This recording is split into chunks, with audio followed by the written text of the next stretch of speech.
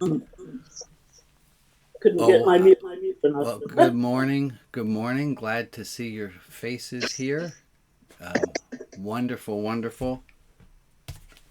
Today is March the 1st. This is service number 257. I'm Rabbi Brian of Religion Out of the Box. This is a Saturday service live. I'm very glad that you're joining. I am joined by a bunch of people who are here, and I can put them all on the screen. There they are. There's still more joining. You guys wave, say hello. And I'm not going to be on this screen very, very much because it's a lot visually for a lot of people. So let me pull back. Good morning, Rita. Good morning, Missy. Good morning, Charlene. Good morning, Gord. Good morning, Anne. Good morning, Moja. Oh, you and I have to email because I'm having a hard time getting that application to work.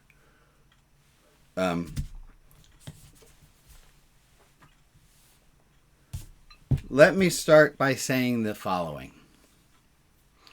This service has been designed to be as effective and enjoyable as possible. If it satisfies you 70%, I feel like I've overshot my goal. If we break into small groups, they might not be the size of small groups that you wanted them to be, and they might not be for the length of time, and they might not be with the person you wish you were with. Also, in this large group, when somebody shares, there is a really good chance that someone's going to share something during this meeting, either intentionally or just because they have their microphone on and they're not muted. They will share something unintentionally, and it will annoy you. I'm fine with that. I was talking to a 12-year-old who's coming up on becoming a bar mitzvah. I was talking to him yesterday, and I said, the people who annoy you might be your greatest teachers.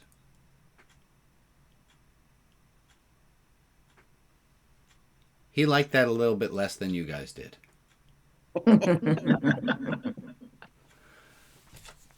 Let me explain. Let me start with saying, last night we had people over for dinner. And before dinner, I make about 6 challah breads every Friday, most Fridays. And I give them out to neighbors. And one of the neighbors, took the challah from me and took my hands in her hands. And she made sure to make eye contact with me. And she said, "I really want to thank you." And I said, "Jill, I love feeding people. It gives me great pleasure to feed people." And it made me think about this group. It made me think about my vocation. I love feeding people. If you were here in Portland, I'd feed you with challah bread. You're not here in Portland, so I'm going to do my best to feed you with wisdom.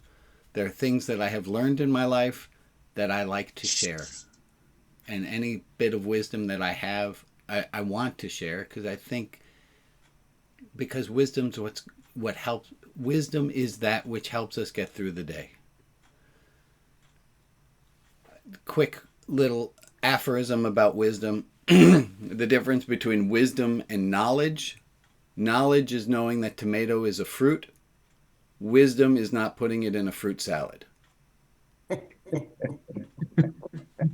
And philosophy, for those of you who care for the third part to the joke, philosophy is arguing whether or not ketchup is a fruit smoothie.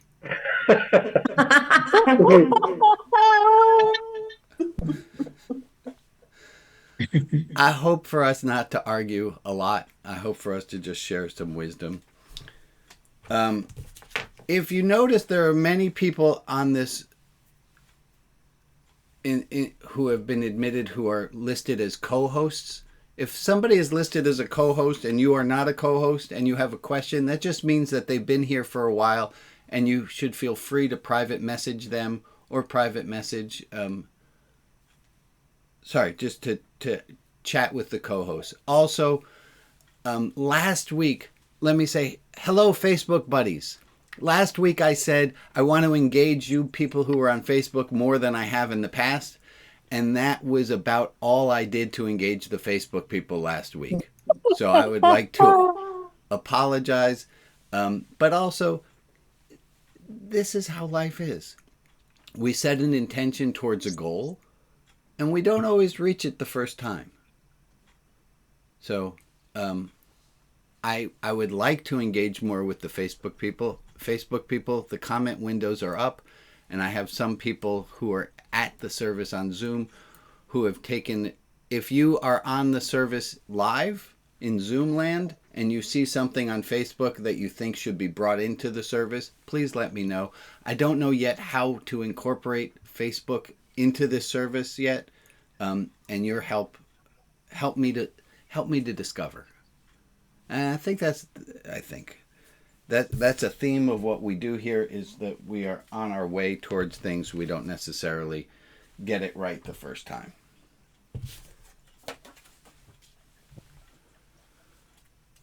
Let's start with a little bit of review.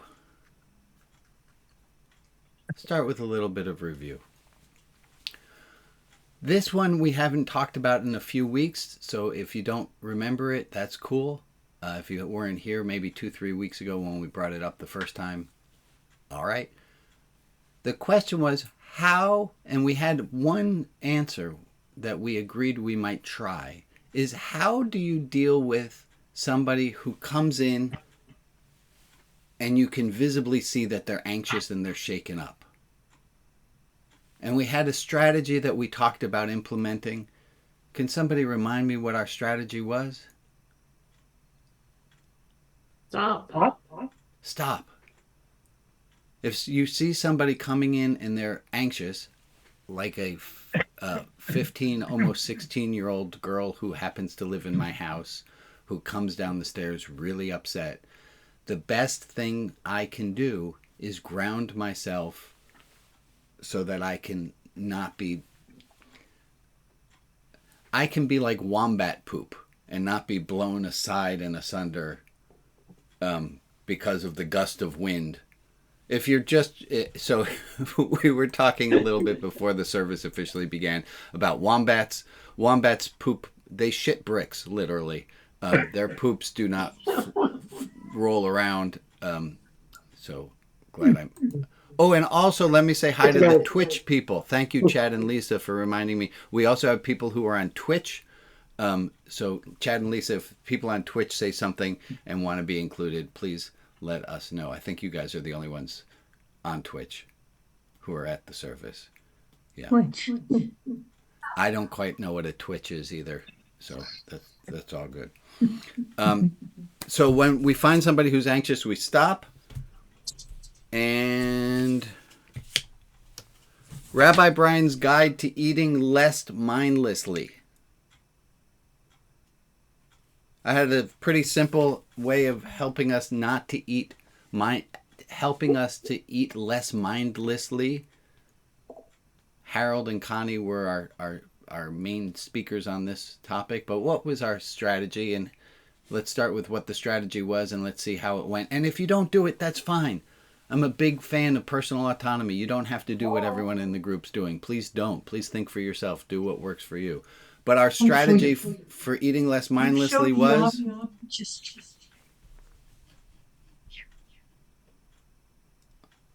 Hi, Emily's friend. Hold on, we got to do a quick... Emily, would you like to introduce us? Emily's muted. Emily, you're muted though, honey. Oh, this is Rebecca, my daughter. I have long hair. You've met me. Pay no attention.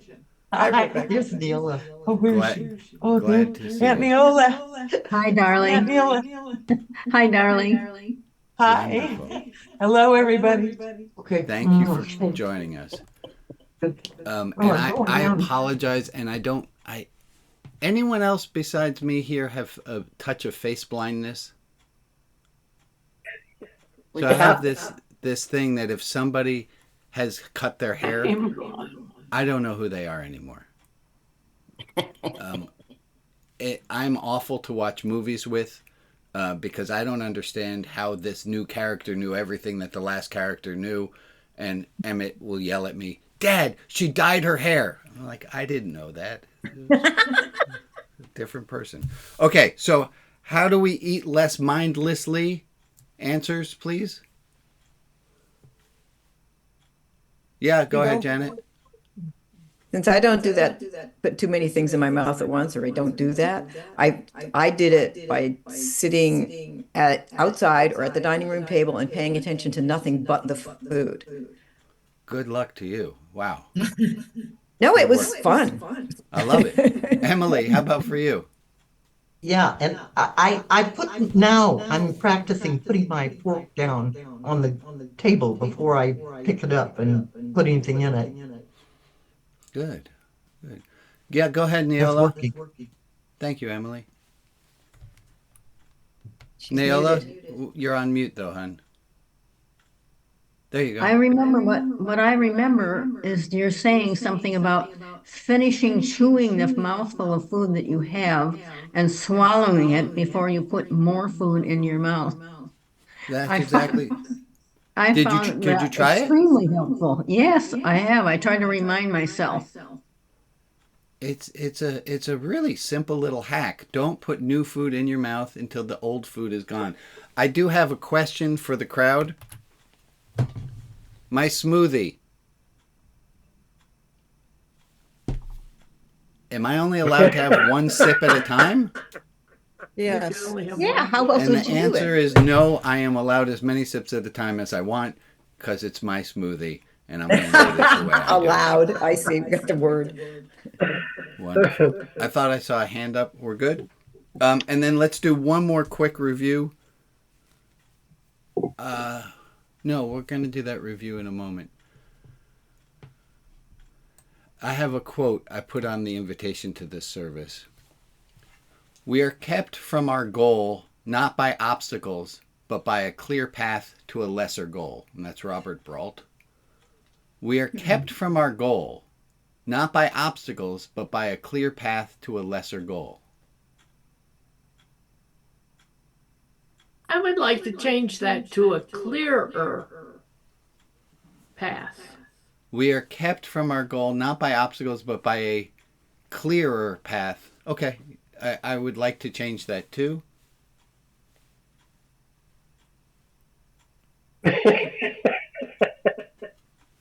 I can't get it to work, Meg, but I hear your point. Oh, that's okay. That the path to a lesser goal is more clear than the path to our original goal. Fair enough. Yeah, Hold on to. Go ahead. okay. That's like when you gotta get to work on your taxes, and all of a sudden, there's nothing in the world that feels more fun than washing the dishes. Right. Perfect example, Betsy. Perfect example. We're kept from our goal not by obstacles, but by a clear path to a lesser goal. I have something that I don't want to do. I'm going to find something that I want to do that's easier. Love it. Okay, hold on to that thought. Because we're going to stack that thought with another thought. Here's a quote from Rumi. Well, I'm going to start with the long quote from Rumi, and then we'll go into a shorter version of it. Rumi said this. Whoops. There is one thing in this world which you must never forget to do. If you forget everything else and not this, there is nothing to worry about. If you forget everything else and do this and not this, the one thing you were meant not to forget, let me start again. If you forget everything else and not this, the thing that you must not forget to do, there is nothing to worry about. But if you remember everything else and forget this, the one thing you were meant to do, then you will have done nothing in your life. It is as if a king has sent you to come to some country to do a task, and you perform 100 other services, but not the one he sent you to do. So human beings come to this world for particular work. That work is the purpose, and each is specific to the person. If you don't do it, it's as though a knife of the finest tempering were nailed to the wall to hang things on. So if you don't do this one really important thing, it's like taking a beautiful knife and using it to hang a picture on a wall. You don't even see the knife anymore. It's as though you used a knife of the finest tempering were nailed to the wall to hang things on. And for a penny iron nail that could be bought to serve that, you're using the wrong thing. Remember the deep root of your being, the presence of your Lord. Sorry about the religious language there, folks. Remember the deep root of your being, the presence of your Lord. Give your life to the one who has already owns your breath and your moments. If you don't, you will be like the one who takes a precious dagger and hammers it into the kitchen wall for a peg to hold its dipper gourd. You will be wasting valuable likeness and foolishness as nothing is dignity and your purpose. Let me try the quote a little bit differently. Who remembers the movie City Slickers? Remember the movie City Slickers? And in the movie City Slickers, Jack Palance holds up a finger to Billy Crystal and says, "There's one thing you need to remember." And by golly, Jack Palance never says what that one thing is. There's a poem that I've got to find. I'll be right back. Thank you, Betsy. We are kept from our goal not by obstacles. We're kept from our goal not by... The king has asked us to do one thing. We have one task to do. And we're kept from doing it not by obstacles, but by a clear path or a clearer path to a lesser goal.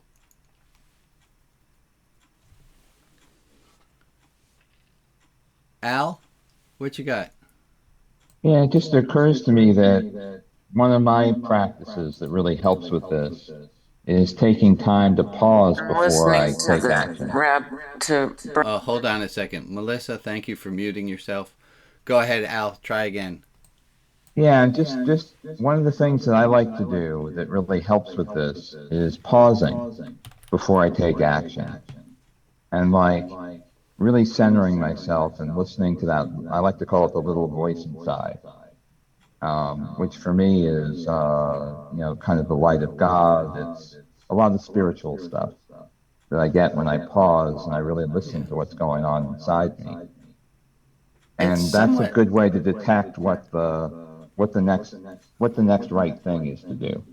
Not to just go to the next shiny thing. I think it's kind of related to the eating thing we've been talking about. Of not to just eat the next bite of food because it's there, but taking time to be present, to take a... Oh, and I had a thought on that too. Go ahead. You know the way the perfection is the enemy of getting things done? Perfection can be the enemy of good. Yes. I perfected your exercise on eating because I'm not doing it at all. I just decided I'm not interested, so I'm not doing it at all. I'm just eating the way I want to eat. That's so fantastic. I've mastered it. That's fantastic. Good job, Al.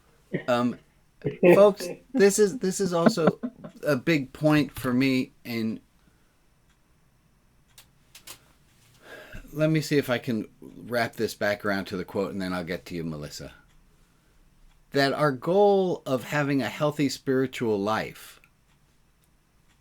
there might be a clearer path, a shinier, clearer path to how to do that.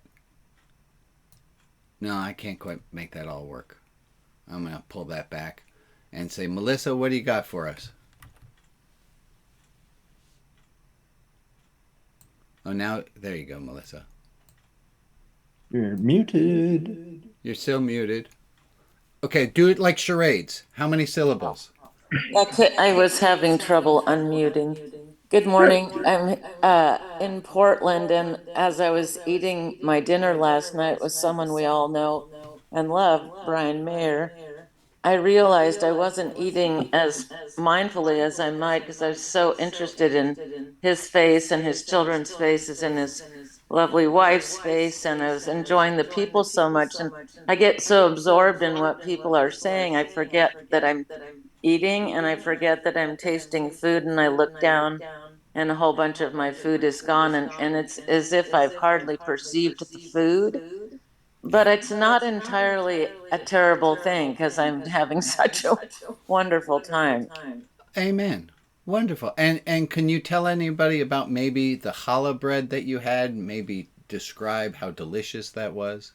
Oh, eggplant parmigiano, molto buono. It was beautiful food cooked by Brian with so much, you could taste the love in it. Yeah. Well, thank you, Melissa. She didn't You answer know, you're me. saying it, Melissa, and I'm realizing I did the same thing. I was having so much fun at dinner. I did not do my little one mouthful at a time. Completely spaced on it for all of dinner, and that's okay. Yeah. And that's okay. I'm gonna take yes, Mary, and then Betsy. I think the one thing to do is love. Let me just take a quick survey. People, is the one thing to do love? Let's see your hands. That works. Okay, that's just about most everybody. Keep going, Mary. That was all I was going to say. You know, Oh, that's perfect. That's Perfectly what said. both of these quotes together says to me. You know, the one thing that you need to do in this life is love, but all kinds of other little things get you sidetracked that seem more important or seem, stem from your own self-interest or your own greed or whatever, that motivates you. But Absolutely. love is the bottom line. Amen. That's the goal. And sometimes the clearer path is getting angry and getting snarky. Sure, easier. Not necessarily the right one. Go ahead, Betsy, and then Ron, and then Janet. Hey, this is by William Stafford, our beloved late Oregon poet, Portland poet. And this is the poem is called The Way It Is, like the name of the book. There's a thread you follow. It goes among things that change, but it doesn't change. People wonder about what you are pursuing. You have to explain about the thread, but it is hard for others to see. While you hold it, you can't get lost. Tragedies happen, people get hurt or die, and you suffer and get old. Nothing you do can stop time's unfolding. You don't ever let go of the thread. I love that. Thank you, Betsy. It's keeping track of that one thing.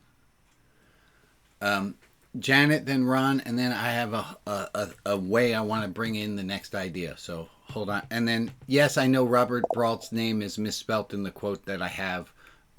That's the way that the quote has it. He spells his name Brault. So if you're looking for him. Go ahead, Janet, and then Ron. Well, it's kind of interesting because this week they finally put in my parents' headstone, and I'm putting it in the chat. My dad's favorite thing that he told people when they asked him, what is it that he learned in his 90 odd years, and he said, "Love is everything." Amen. And that's what we had on the top of the headstone. That's beautiful. Beautiful. Yeah. Love is everything. Ron? If you don't mind another poem? Let's do it. Yeah, this is based off of when I did a search for "We are kept from our goal not by obstacles, but by a clear path to a lesser goal." And the title is "A Seductive Detour." The path ahead, a distant gleam, a vision bright, a distant dream. But at the bend, a tempting sight, a lesser goal, so shining bright. It beckons near with easy grace, a quick reward, a fleeting chase. The mind is lured, the heart astray from the grand prize so far away. We linger there in comfort's hold, a smaller prize, a story told.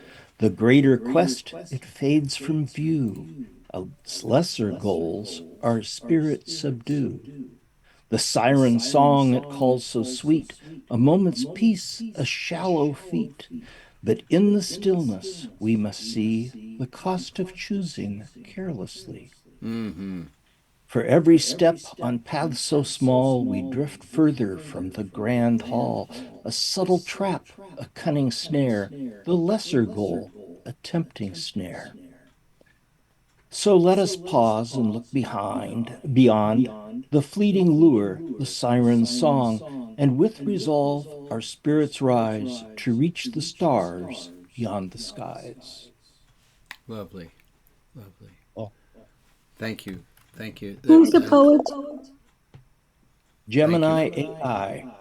Who? I'll tell you in the poetry room. ChatGPT. Yeah. So let me summarize. This is the shorter version of the Rumi. You can accomplish 100 other things, but if you do not accomplish the one thing for which you have been sent, it will be as if you have done nothing. And I want to tie together what we were talking about the food and the eating mindlessly. Folks, I don't care how you eat. I don't. As long as it works for you. But the idea of practicing mindfulness with eating is just to train our brains to be able to follow. Hold on a second. Is just to be able to train our brains to be able to learn something new and to see what happens when we don't. And when we are trying to learn something new, we fortunately have a very handy dandy, easy to remember series of numbers.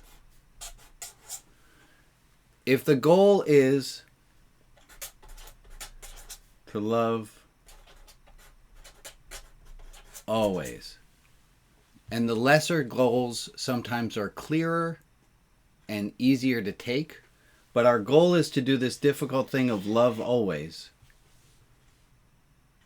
Let's break down what are the stages we need to do to get there. In order for us to love always, we're going to have some stage before that. What's going to be the stage before we are loving all the time? We sometimes have to remind ourselves.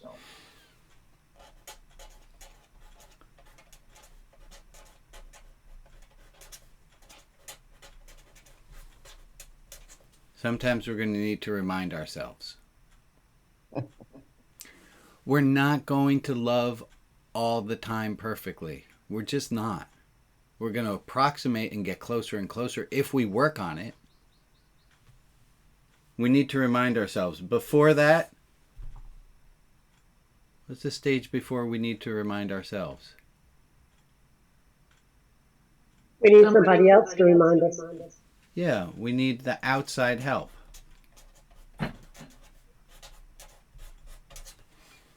That's what we're doing right now. We're reminding ourselves. We are together working to remind ourselves so that we are outside help to remind us so that we can do it inside so that we can do it all the time. Melissa, are you on this or can you wait a sec? Melissa? Oh, yes, I'm having trouble hearing. Maybe we haven't been loved very well, so we don't know what love is, not my personal experience, or we don't always feel loving. Yeah. Hold on to those. We're going to get to obstacles towards loving in a second. Okay. But this is just the straight path towards loving all the time is that we are going to need to remind ourselves, we're going to need outside hints, and before that we're going to need, actually where you are, Melissa, is exactly right, is we're going to need somebody to love us. This is the hand holding. This is the hand holding. If you're learning the French horn, before you can't do it at all, then you can do it with hand holding, then you can do it with hints from the outside, then you can do it with hints from the inside, then you can start to do it perfectly. Yeah. Got it.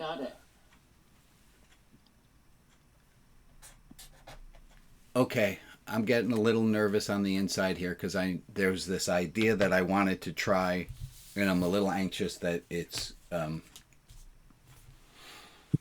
Well, let's just see how this goes. Let's look at number 2, taking in love from the outside. Without having to out yourself, I want you to just consider, do you feel worthy of being loved? And for some of us, the answer is sometimes. And for others of us, the answer is not really. And for some of us, the answer is yes, I do. This topic can bring up a lot of emotions. I saw a meme and it said, I love you. And then underneath in smaller print it said, if others can hate for no reason, I can love for no reason. Very nice. So and this is when I do spiritual direction with individuals, this is sometimes the hardest thing for them to take in, is that to take in the love that I have for them. What's that?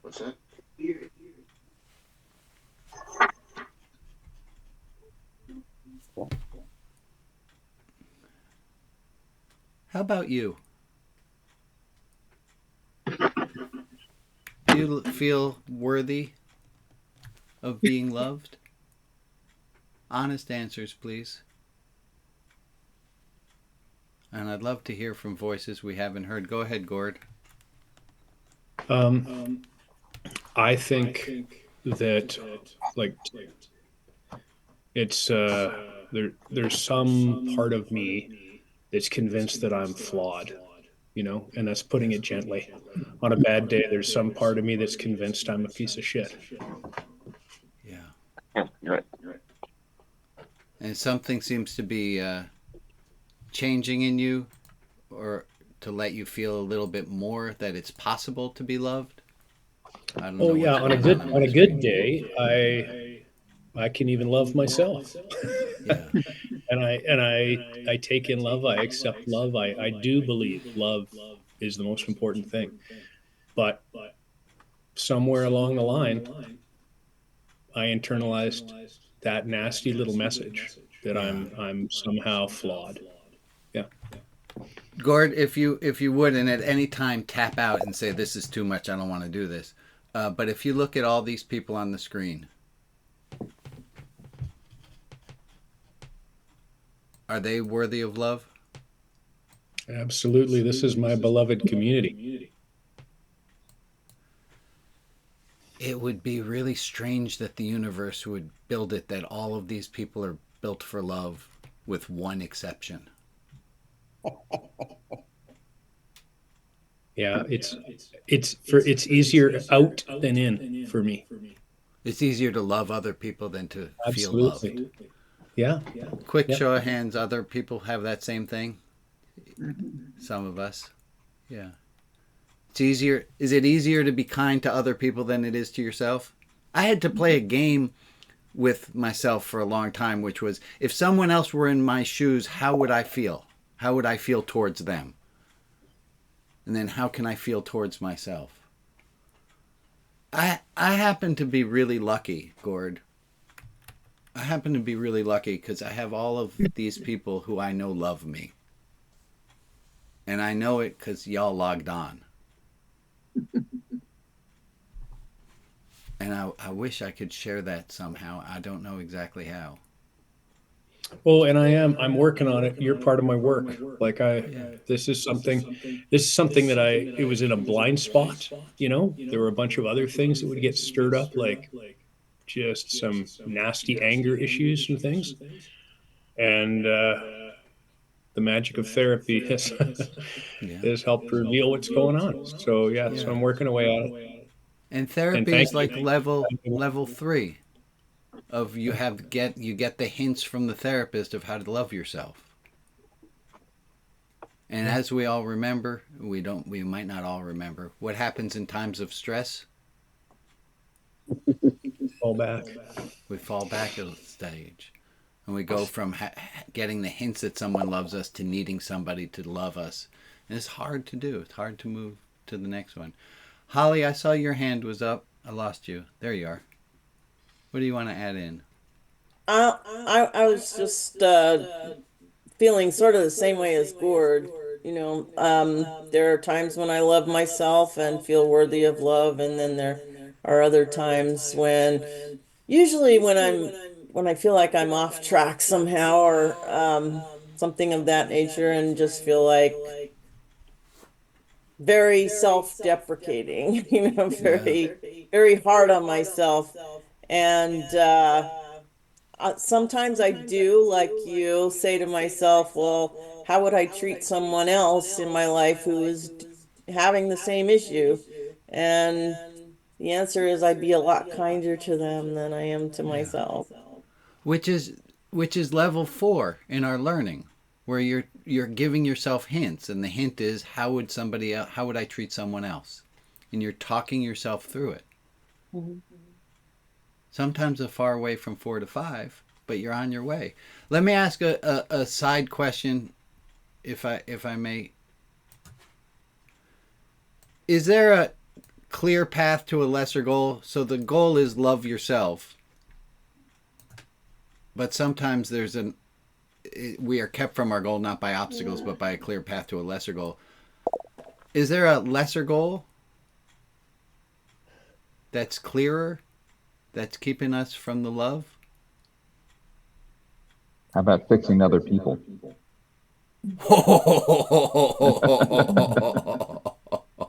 Yeah.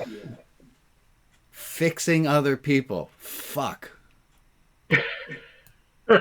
We are kept from our goal. What's our goal? Our goal is self-love. We are kept from our goal of self-love. What? How? Not by obstacles to loving ourselves, by a clear path to lesser goal. What's the lesser goal? Being kind to other people. I'll get to me later. Mm-hmm. Oh, Al, home run. I saw Ellen and Andy's hands were up for a moment. You can share or not, your choice.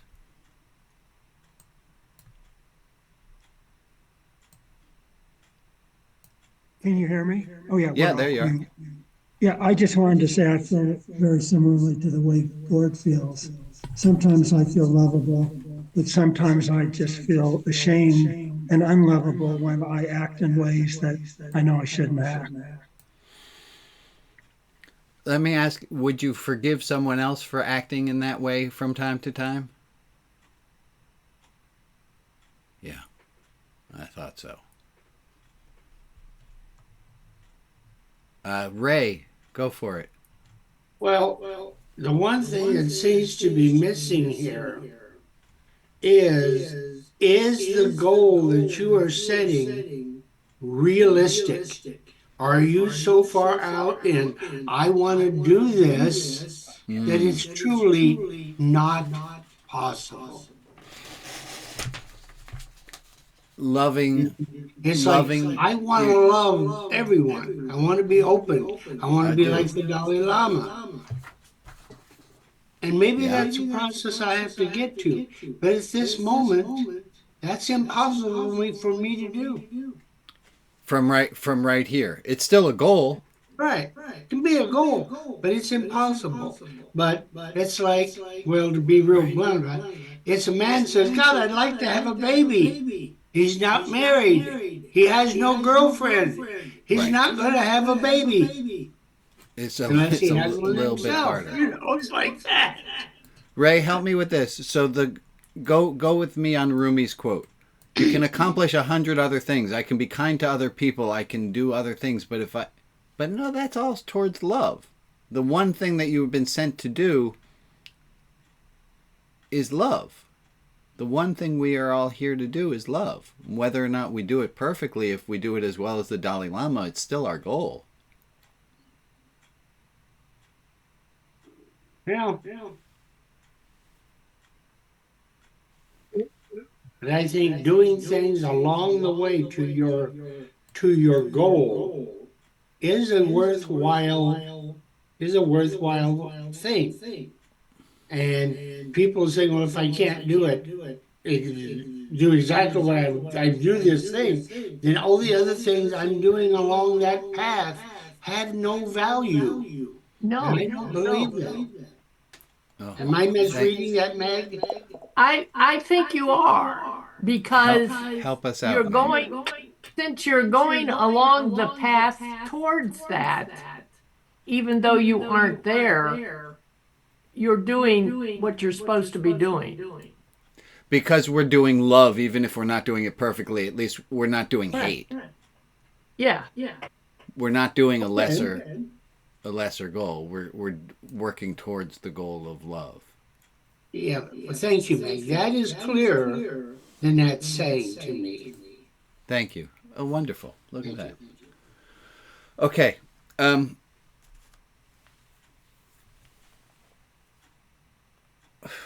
Rabbi, I think Jack has his hand up. Go ahead, Jack.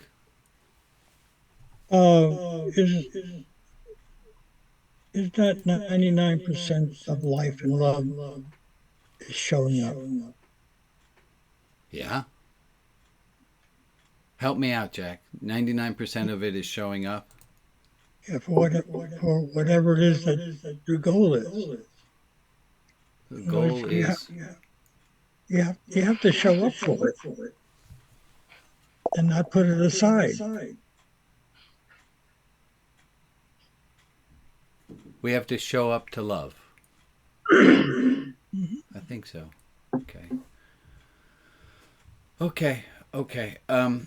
Let me just take a breath of air. We're going to go into prayer time for a moment and lift up people with some light and love. Maria? Okay. Hey, and you These are didn't the- get disconnected from the internet. That's fantastic. Not fingers crossed. These are the people to whom we are sending light and love. Alex T., Sheridan H., Arulane Hill, Ebony, Alex, Michael S., Chris, Jason McKay, Gwen, Jack B., Jen G., and Eric C. If there is another person in our community to whom we can offer light and love, please put their name in the chat and I will add them to the list on Facebook. And for the people who aren't named, but who are in our thoughts, we send them light and love as well. Thank you.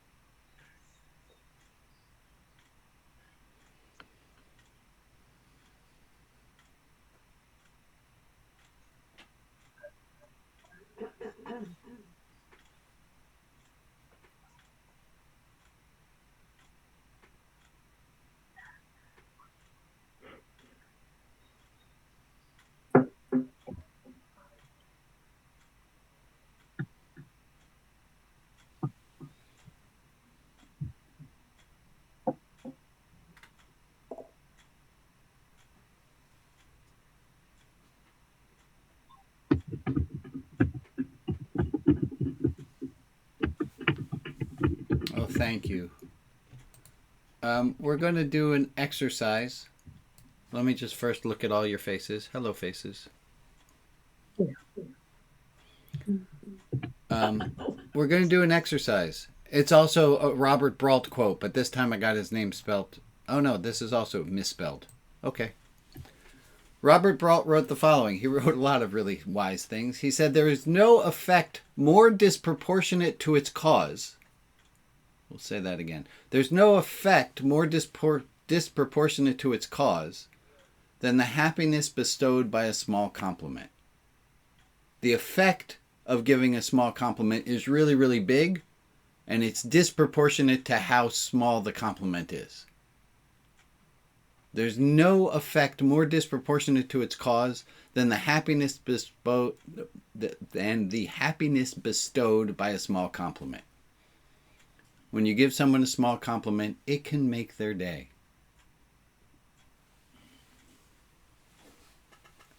That being said, I know everyone has some electronic device in front of them. Grab your electronic device, friends. Go to an email or messaging app. If you've been with me a while, we haven't done this for a bit. Go to a messaging app. I'm here on mine. And scroll down. Find a person on that page who you haven't been in touch with for a while. And send them a little note. Hey, I was thinking about you and how lovely you are. That's it. Wanted to let you know. Hey, I was thinking about you and how lovely you are. That's it. Wanted to let you know. Obviously, adapt the words for whoever it is you pick.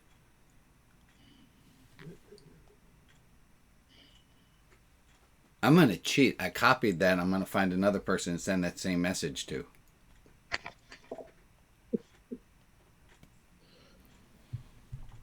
Oh, you know what? I'm feeling frisky. I'm going to do a third one.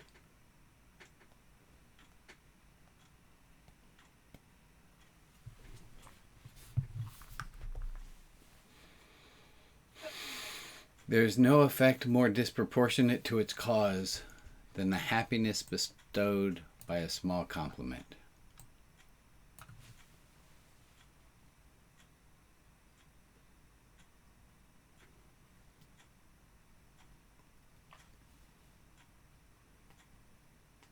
And then I want to teach something I haven't taught in a long, long time, unless we have feedback or something you want to share about this.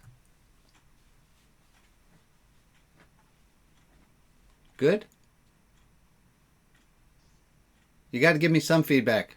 Good, yes, we're fine. Do you need more time to send texts, or are we okay to move on? We'll move on. Okay, thumbs up. Great. I want to teach you something that was taught by Shantideva, who is an 8th century Indian monk at Nalanda University, which is still a university, which I think is amazing that there's a university that's been around 1,000 years, which is pretty cool.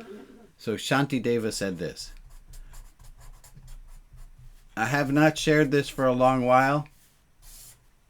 Shantideva said this, and let me forewarn you that when I write the following 2 sentences that he said, they will seem quite possibly like they are absolutely asinine and have nothing to do with anything. Services with my rabbi in Arnon. Thank you, Ruth.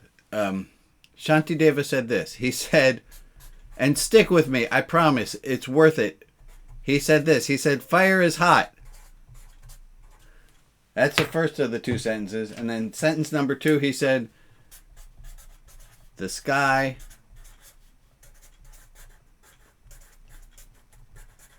sometimes has clouds. How do you like that for your wisdom of the day? I Pretty can stupid, agree. right? Let me peel back a little bit and explain what he's saying. Fire is hot.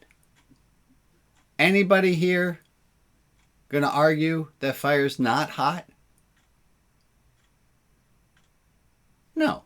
Fire's hot. It's in the nature of fire to be hot. That's what fire does. It's hot. The sky sometimes has clouds. On my bad days I might, but not today. How fortunate I am that today's not one of your bad days. The sky sometimes has clouds. I live in Oregon. Sky mostly has clouds. Although the last 2 days have been beautiful and clear and almost even, I dare say, warm. But the sky sometimes has clouds. Why? Because that's what the sky does. Shantideva said these 2 things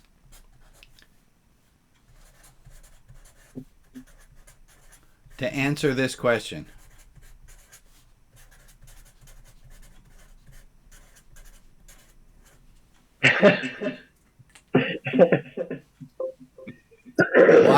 Why are people assholes? You want to know why people are assholes? Because it's in the nature of people to be assholes. Because fire is hot. Why are people sometimes going it's to? fast. Why are people going? Thank you. Yeah, perfect answers. Why are people going to be disrespectful? Morning. Why are people going to be disrespectful? Because we're sometimes assholes. Because we're sometimes assholes. Because in the nature of people. That's what we do. Why are people going to be selfish?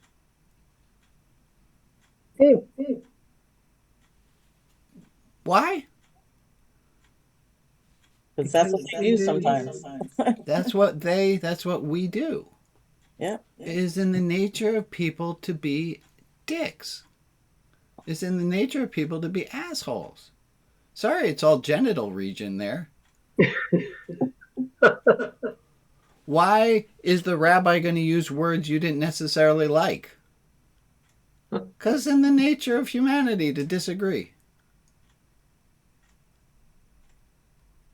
Okay. This is giving me a little bit of solace in the last 24 hours. How could those people do those things? Because that's what people do. I'm not saying we have to forgive them for doing it, but we have to have a little bit of understanding.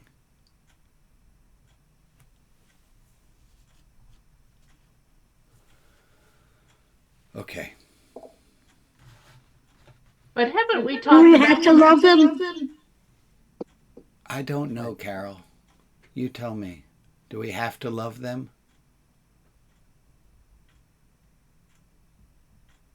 What do you think? Question. No, but we can. No, we don't have to love them, but we can love them. Carol, does that fit? Does that feel comfortable enough?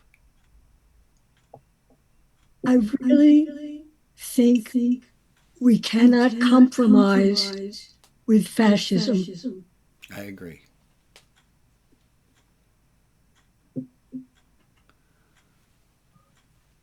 I think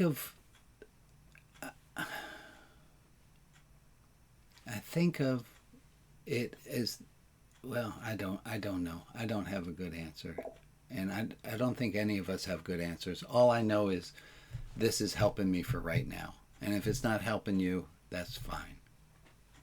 Oh, Carol, I wanted you to go back and reiterate something you said last week. You said in these times of great uncertainty, if we can try to hold on to eternal truths, it gives us a little bit of buoyancy. You said something along those lines. Do you have it in you to reiterate some of that? I think there's a tremendous difference between appearance and reality. And most of the time, we live in a life of appearance, which is why we catch trains on time where we know where the bus stop is. But there is a deeper part of us and a deeper part of reality that is eternal, unchanging, and we have to allow it to grow. I love that. Hold on one second. I have a quote. I think this should fit. And then, John, I promise I'll get to you. This is Rabbi Yechiel Mechel of Zochlov. He said, it's the opposite. Let me turn that off.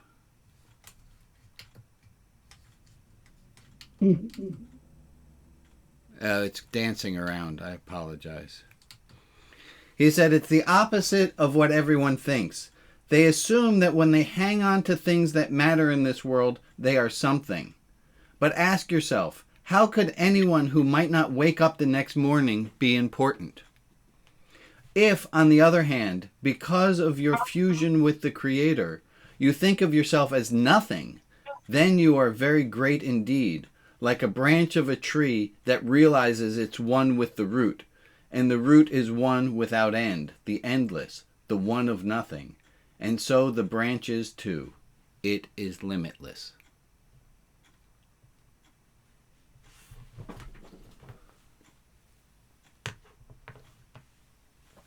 I'll put that quote in the 2-point summary to send out to everybody so you can see it. I didn't prepare it for today. It just showed up. John, and then Ron, and then Bob. Go ahead, John. Take that one down and put the other ones up. Okay. Fire is hot. The sky sometimes has clouds. Is that innate or is it learned? Why are people assholes? Are they assholes because it's innate to be an asshole or because they learn to be an asshole? That's what I think the difference is in those two things. The innateness is the free will to succumb to assholeness. I think I've seen little kids be assholes. I think it's somewhat innate. To be selfish is innate. It's part of how we are. Someone will appear as an asshole when they do something we don't like. Thank you, Meg.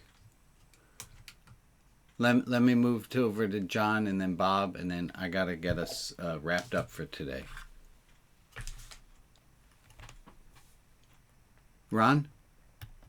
Oh, sorry. Level 5 of, loving everybody. I can acknowledge that there is a tiny seed of the divine, whatever you may think the divine might be. I believe that exists in every person in all of creation. But sometimes I have problems loving those who are not just assholes, but who are evil assholes, but there's still something in there that I ideally would be able to love. That's why we call it a goal. If we were there, it wouldn't be a goal. We're reaching towards it. Thank you, Ron. Bob? Right, tying into that, can we love the person without loving the action? And if we don't, are we then in the process of hate? And if we are in hate, then where do we go? Good questions. I think we can love people without loving their actions. I think that is true. Janet, thank you for giving us the post-it from Facebook. I do need to make one announcement very quickly before we run out of time here.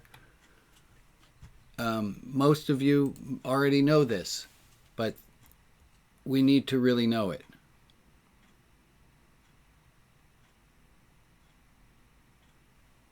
It's okay not to be okay. It's okay to be having a hard time, especially right now. It's okay to be however you are. It's okay to be not okay. It's okay not to be okay. Let me put everyone on the screen. Let's wave goodbye to our friends on Facebook as we go into small breakout groups. Bye, Facebook group.